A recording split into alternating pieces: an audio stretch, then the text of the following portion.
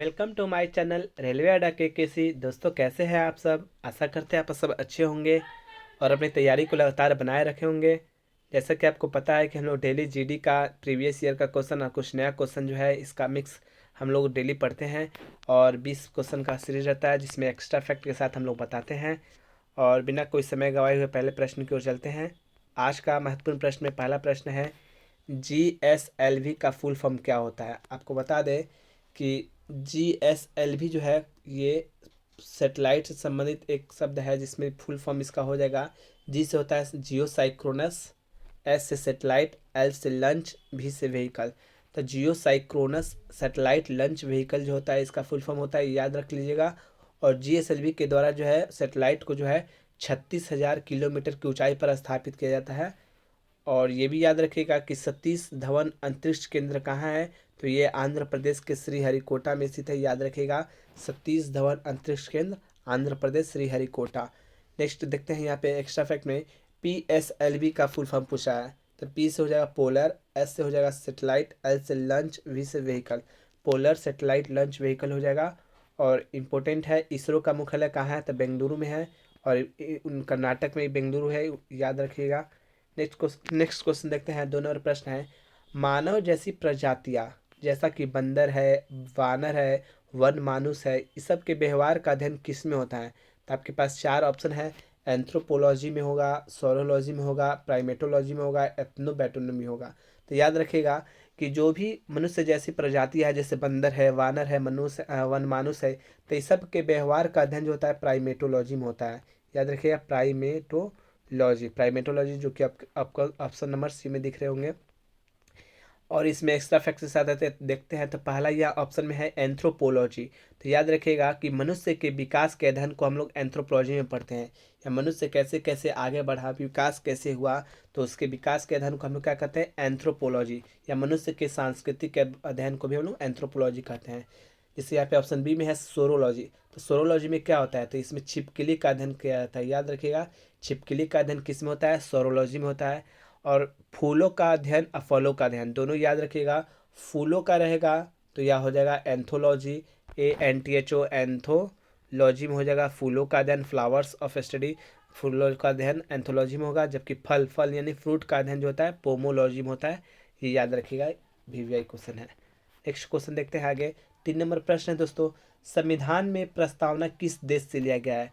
आपको पता है कि जब संविधान बन रहा था भारत में, तो बहुत देश से कुछ ना कुछ हम लोग लिए हैं। तो वहाँ पे प्रस्तावना का बात है, तो प्रस्तावना जो है हम लोग किस देश से लिए गए हैं, तो याद रखिएगा ऑप्शन नंबर डी में क्या है, अमेरिका। अमेरिका यानी संयुक्त राज्य अमेरिका से लिया गया है प्रस्तावना। और याद रखिएगा, इसको पंडित जवाहरलाल नेहरू जी ने संविधान सभा में प्रस्तुत किया था 13 दिसंबर 1946 को प्रस्तावना को।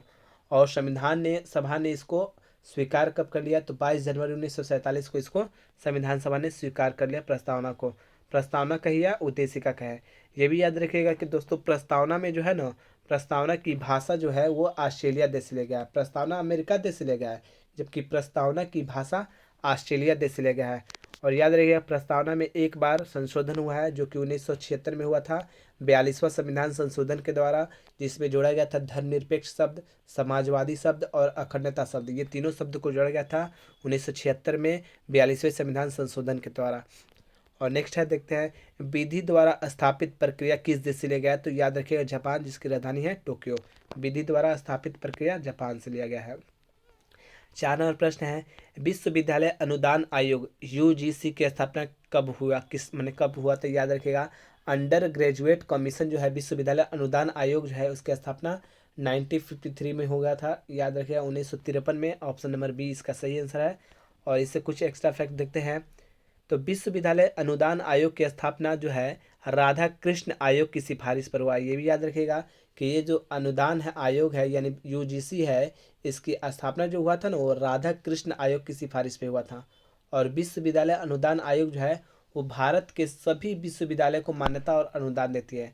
जितने भी विश्वविद्यालय है उसको मान्यता और अनुदान देने का काम कौन करेगी, UGC करेगी। याद रखिएगा 1953 में स्थापना हुआ था राधा कृष्ण आयोग के द्वारा।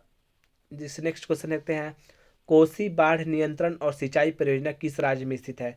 तो कोसी जो है बाढ़ नियंत्रण या सिंचाई परियोजना, ये दोस्तों बिहार का है। आपको बता दें कि बिहार की शोक नदी जो है कोसी नदी कहती है। यहाँ पे जैसे कि एक्स्ट्रा फैक्ट में लिखे हैं कि कोसी नदी का उद्गम स्थल कहाँ है, तो गोसाई थान चोटी से निकलती है, जो कि नेपाल में स्थित है।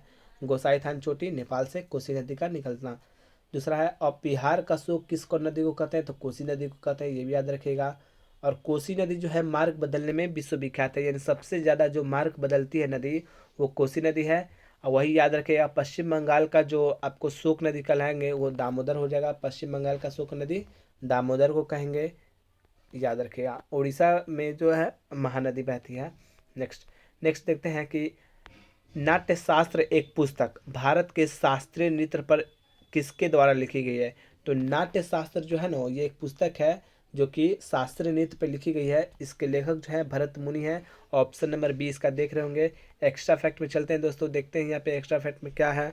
तो आपको बता दें कि ऑप्शन ए में है श्री वेद व्यास। तो वेद व्यास से कल ही क्वेश्चन हम लोग पढ़े थे कि महाभारत की रचयिता कौन है, तो महाभारत के रचयिता जो है श्री वेद व्यास है, याद रखिएगा। और श्री तुलसीदास जी ने रामचरितमानस पुस्तक जो है अवधी भाषा में लिखी थी, याद रखिए। रामचरितमानस पुस्तक के लेखक कौन है, तुलसीदास हैं, और किस भाषा में, अवधी भाषा में लिखे हैं।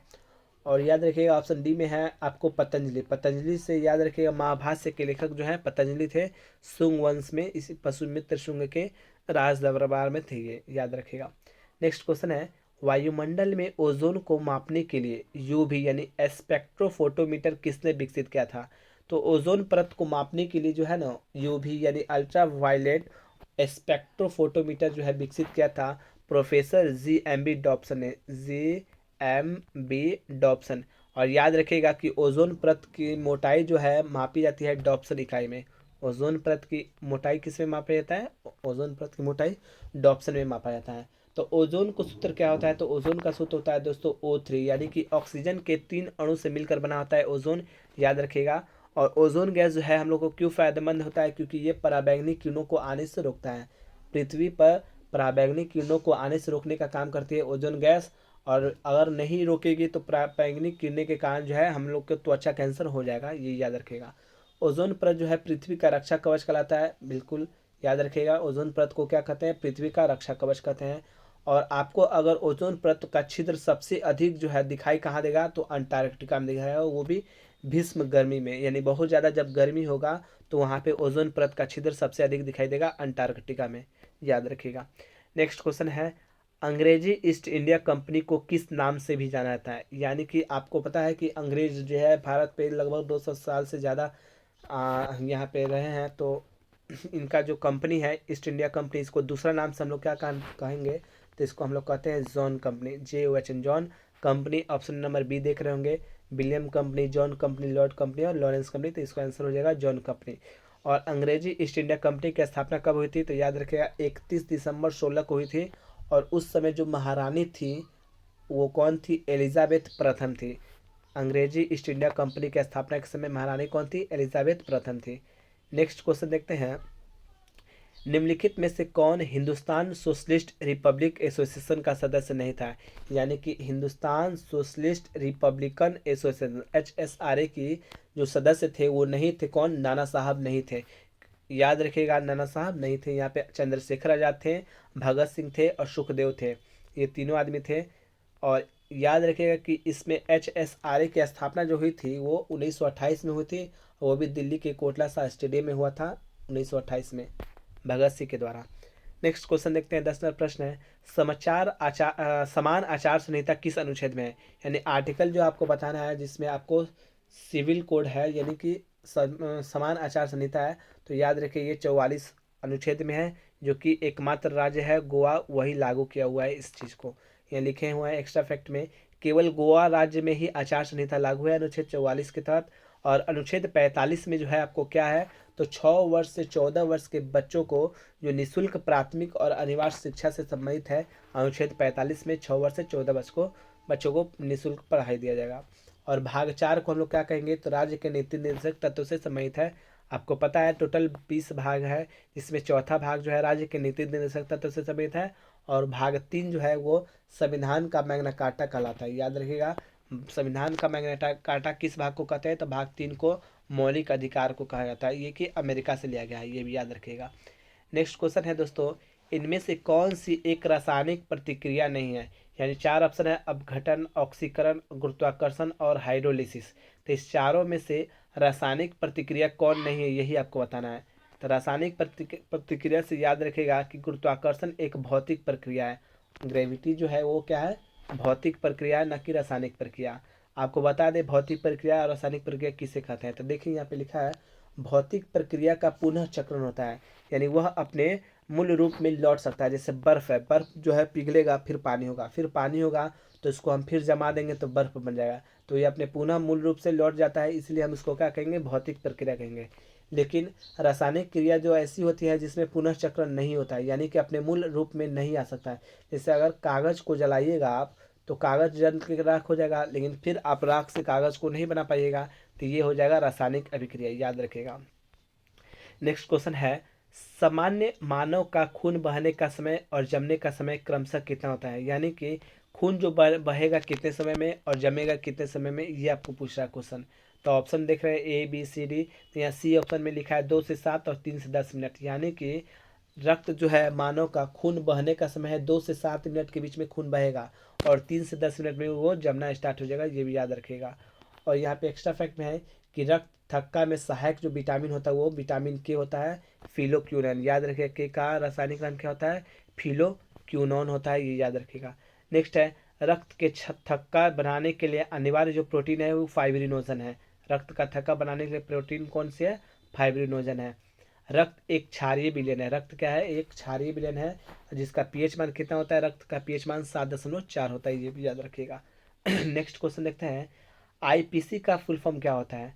तो आईपीसी से इंटरनेशनल पेमेंट कोड नहीं होगा, इंडियन पैनल पब्लिक कोड नहीं होगा, इंडियन पैनल कोड होगा। यानी कि ये ऑप्शन सी नंबर देख रहे हैं, इंडियन पैनल कोड। तो इसकी स्थापना यानी ये प्रणाली जो आई थी कब आई थी, लागू हुआ था 1859 में, याद रखिएगा। इंडियन पैनल कोड कब लागू हुआ था, 1859 में। और इस समय जो थे हमारे भारत में, वो कौन से शासन कर रहे थे, तो लॉर्ड कैनिंग थे, याद रखिएगा। लॉर्ड कैनिंग 1859 में थे, लॉर्ड कैनिंग। लोहे की जंग कैसी प्रक्रिया है। यानी लोहा में जो जंग लग जाता है, यानी कि ऑक्सीजन और जल से जो अभिक्रिया करके जो लोहा में जंग लग जाता है, वो कौन सी अभिक्रिया है, तो रासायनिक अभिक्रिया, ये याद रखें। अभी बताया है रासायनिक अभिक्रिया उसको कहते हैं जो पुनः अपनी मूल रूप से नहीं लौट पाता है, उसको हम लोग रासायनिक अभिक्रिया कहते हैं। जैसे लोहे में जंग लग जाएगा तो फिर वो सही नहीं हो पाएगा। जैसे नेक्स्ट क्वेश्चन देखते हैं, बौद्ध संरचना धामिक स्तूप कहाँ पर है। तो बौद्ध संरचना जो धामिक स्तूप वो कहाँ है, सांची में। आपके ऑप्शन ए में देख रहे होंगे, सारनाथ है, कोणार्क है, बोध गया, ये तीनों से क्वेश्चन बनेगा और तीनों एक्स्ट्रा फैक्ट में बताया गया है। जैसे सारनाथ लिखा है तो सारनाथ से क्या रहेगा कि गौतम बुद्ध जी ने सबसे पहली बार जो उपदेश दिया था वो कहाँ दिया था, सारनाथ में दिया था, आपको याद कर लीजिएगा। और बी में है सांची था, इस क्वेश्चन का आंसर ही हो जाएगा, सही है। भारत का सबसे ऊंचा स्तूप कौन सा है, सांची का स्तूप है। और इस स्तूप का निर्माण किसने कराया था, अशोक जी ने कराया था, यानी मौर्य वंश के अशोक थे, उसी ने इसकी स्थापना की थी। नेक्स्ट है, कोणार्क में सूर्य मंदिर है, याद रखिएगा कि जो सूर्य मंदिर है वो कहाँ है, कोणार्क में प्रसिद्ध सूर्य मंदिर है, ये भी याद रखिएगा, उड़ीसा में है ये। रथ मंदिर तथा सूर्य मंदिर कहाँ है, तो महाबलीपुरम में। महाबलीपुरम तमिलनाडु में है, यहाँ पे रथ मंदिर है और सूर्य मंदिर है, यही पे स्थित है। नेक्स्ट क्वेश्चन देखते हैं, चेचक के लिए टीका किसने प्रदान किया। तो आपको बता दें कि ये बीमारी जो है चेचक, जिसको हम लोग छोटी माता भी कहते हैं, इस टीका के लिए इसके जो खोज करता है, टीका की खोज करता है, वो एडवर्ड जेनर है। ऑप्शन नंबर ए है, याद रखिएगा। और इससे कुछ क्वेश्चन और बनता है, एक्स्ट्रा फैक्ट में देखते हैं। चेचक जो है वो वेरिओला वायरस होता है। चेचक किसे होता है, वेरिओला वायरस होता है, याद रखिए। चेचक को ही हम लोग छोटी माता कहते हैं। और चेचक जो है संपूर्ण शरीर को प्रभावित करता है, चेचक संपूर्ण शरीर को प्रभावित करता है। अलेक्जेंडर फ्लेमिंग ने पेंसिलिन की खोज की थी, यानी कि ये जो पेंसिलिन है ना, ये कवक है दोस्तों, याद रखिएगा। और इसकी खोज किसने की थी, अलेक्जेंडर फ्लेमिंग ने की थी। रॉबर्ट कोच ने जो है ना टीबी के जीवाणु की खोज की थी, यानी टीबी जो होता है आपको, वो जीवाणु की खोज किसने की, रॉबर्ट कोच ने की थी। डीएनए का डबल हेलिक्स मॉडल की खोज किसने की, तो वाटसन और क्रिक ने किया था डीएनए का डबल हेलिक्स मॉडल की खोज। नेक्स्ट देखते हैं, दूध के पास्चुराइजेशन की खोज किसने की, तो लुई पास्चर ने की थी, याद रखिए। दूध के पास्चुराइजेशन की खोज लुई पास्चर ने किया था। नेक्स्ट 17 नंबर प्रश्न है, हीराकुंड बांध किस नदी पे है। तो ये एकदम इजी क्वेश्चन है, हीराकुंड बांध किस नदी पे है, तो आपको बता दें महानदी पे है, और वो भी कहाँ, उड़ीसा में। यहाँ लिखे है एक्स्ट्रा फैक्ट में, हीराकुंड बांध उड़ीसा में है, महानदी पर स्थित है, ये भी याद रखिएगा। और भारत का प्रथम बहुउद्देशीय नदी घाटी प्रोजेक्ट जो है दामोदर नदी घाटी प्रोजेक्ट है, जो 1948 में जवाहरलाल नेहरू जी के द्वारा शुरू किया गया था, याद रखिएगा। भारत का पहला बहुउद्देशीय नदी घाटी है। और नेक्स्ट है पोंग बांध जो है किस नदी पे है, तो पोंग बांध जो है ब्यास नदी पर स्थित है, हिमाचल प्रदेश में स्थित है। और यहाँ पे नेक्स्ट है पोचमपाद परियोजना, 3 दिन पहले ही पढ़े हैं लोग। पोचमपाद परियोजना किस नदी पे है, तो गोदावरी नदी में है, गोदावरी नदी के ऊपर है, वो तेलंगाना में स्थित है पोचमपाद परियोजना। नेक्स्ट क्वेश्चन देखते हैं, 18 नंबर प्रश्न है, गोल्फ का उदय किस देश में हुआ था। तो गोल्फ एक खेल है, उस खेल का उदय जो है किस देश में माना जाता है, तो वो स्कॉटलैंड को माना जाता है, याद रखिएगा स्कॉटलैंड। तो स्कॉटलैंड जो है ये देश में गोल्फ का उदय हुआ। इससे क्वेश्चन याद रखिएगा, स्कॉटलैंड का राष्ट्रीय खेल जो है, नेशनल जो प्ले गेम है वो कौन है, रग्बी फुटबॉल, जिसमें खिलाड़ी की संख्या 15 होती है, जबकि फुटबॉल में कितनी होती है, 11 होती है, याद रखिएगा।